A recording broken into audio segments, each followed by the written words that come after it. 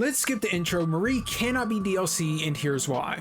After Persona 3 Reload's admittedly really bad DLC structure via the expansion pass, people have been anticipating Persona 4 Revival to do the same. I mean, why wouldn't they just make Marie DLC like they did with Medicine the Answer? Well, if you think about it for 5 seconds, the reality of the situation becomes very clear. Marie and the golden content of Persona 4 Golden are not equivalent to that of Persona 3 FES's content at all. What we've got to understand is that Episode Aegis and The Answer are completely separate chapters from the base games themselves. Whether you're on FES or Reload, when you boot up the game, you're given 2 options on which you want to choose, the journey or the answer. If you pick the journey, or the base game content in terms of Reload, then you will see 0 of the additional story content from that chapter. Marie does not function this way. Marie and the additional golden exclusive dungeon are a part of the game's base state. The second you press new game, she and that dungeon are ingrained into the game whether you like it or not. It's not even equivalent to SMT5 Vengeance's additional story content, as some people have tried to compare it to. If you're not familiar with how that works, as soon as you start a new game, you're given a choice to take the girl's hand or not. If you take her hand, you're given the Vengeance story. If you don't, you're given the base SMT5 story. You don't have a choice to not take Marie's hand or to solely do the Marie and Golden content separately. That's just how it is. Since that's how it is, it means that Marie is a part of the base game's calendar system. So there's no way to implement her later on as DLC unless they change the entirety of Persona 4 as we know it. They could do that, I'm not saying it's impossible, but let's be honest, it's a lot easier to just leave it as it is and do costume DLC as they always do. Let's just say theoretically they add her as DLC as part of the Persona 4 Golden we all know. The only way I can imagine it working, and albeit working in the most shit way ever, is to make the player start a new game after they buy the DLC. This isn't exactly the best comparison, but it's just what came to mind. But if y'all were around for Metal Gear Solid 4's release back on PS3, the initial patch did not have trophy support. It was added later in the title update. Once they did that, even after updating, you had to create a new game save to unlock trophies. So imagine that, but instead of MGS4, which is about 15 to 20 hours long at most, you'd have to start a new save for Persona 4 Revival, which is going to be like 70 to 100 hours. I mean, guys, even if you went and got the Metal Gear Solid 4 Platinum after that trophy patch, which takes 7 playthroughs minimum, and one of the playthroughs is 35 hours long, it still comes out to be shorter than what 2 playthroughs of any mainline Persona past P3 takes. That's the main crux of the issue if they decide to do it in this way. Do we really think they'll do that? I just really doubt it. And again, they could change the entire game as we know it, but I do not see that happening after Persona 3 Reload. That game was pretty much the same game. It did have some differences, I know, but it was basically the same thing. You know what? Actually, I'm getting kind of ahead of myself. Let's really point out why it won't work, because sometimes I assume everyone has played the game and they can see where I'm coming from, but for those who haven't, let me explain this in vivid detail. As I mentioned, Marie is a part of Persona 4 Golden itself. You can't choose to not have her, and while you can technically ignore her, you're going to miss part of the canon storyline. As for the proof that Marie is canon, look no further than Persona 4 Arena Ultimax, where she's a playable character and makes an appearance in the story mode. If you don't do the Marie content and that golden dungeon, then you'll be scratching your head as to what the hell went wrong and how you missed out on the part of the story. So how do you make sure you don't miss any of this important story content? Well, I'm glad you asked, because it's quite simple, and if you didn't ask, as always, I'm telling you anyways.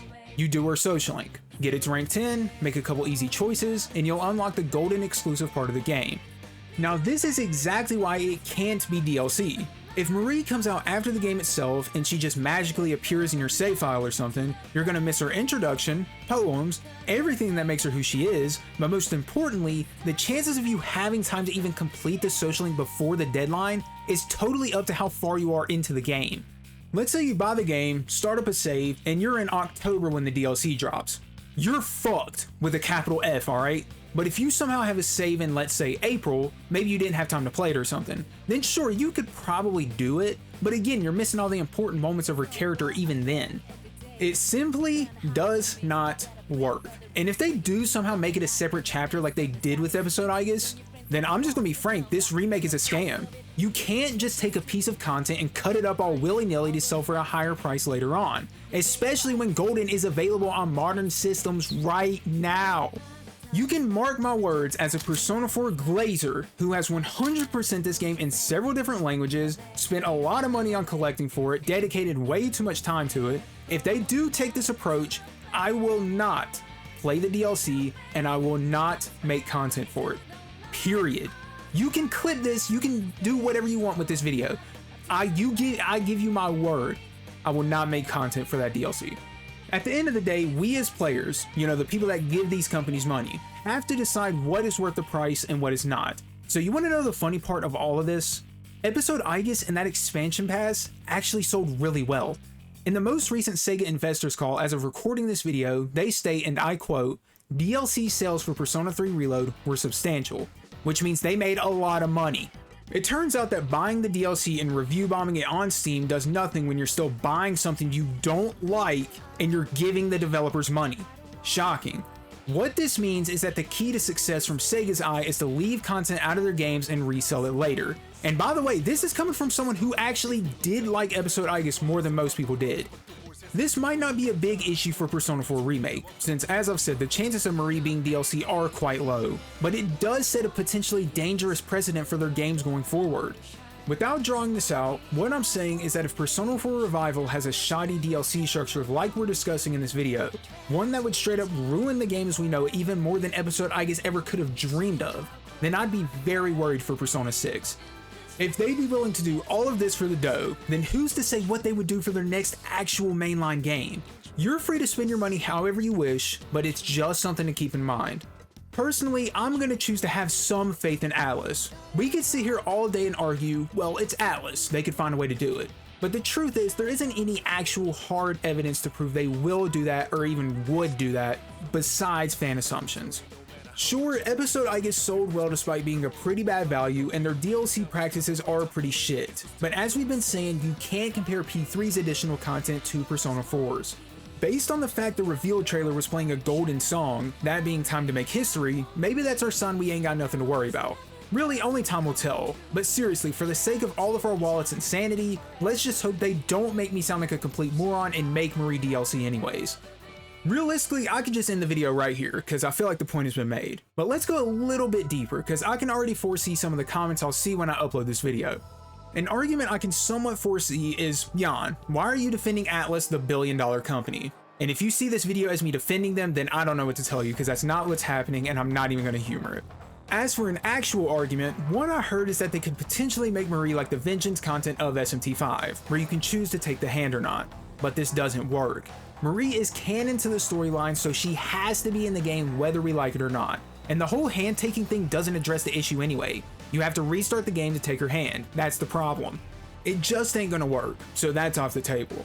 Something that is on the table though is that they could make Marie a part of the game as usual, but make an additional story-related thing DLC instead. So for example, Episode Adachi, even though that already exists in Arena, or something like that. I mean, hell, they could technically make an Episode Marie, just not in the way people are thinking with her not being in the game at all. In these theoretical episodes, you would play from their perspectives throughout the events of the game, which personally, I don't want this either, but it's something they could do. The reason I wouldn't want to see these things is because these characters are good enough on their own.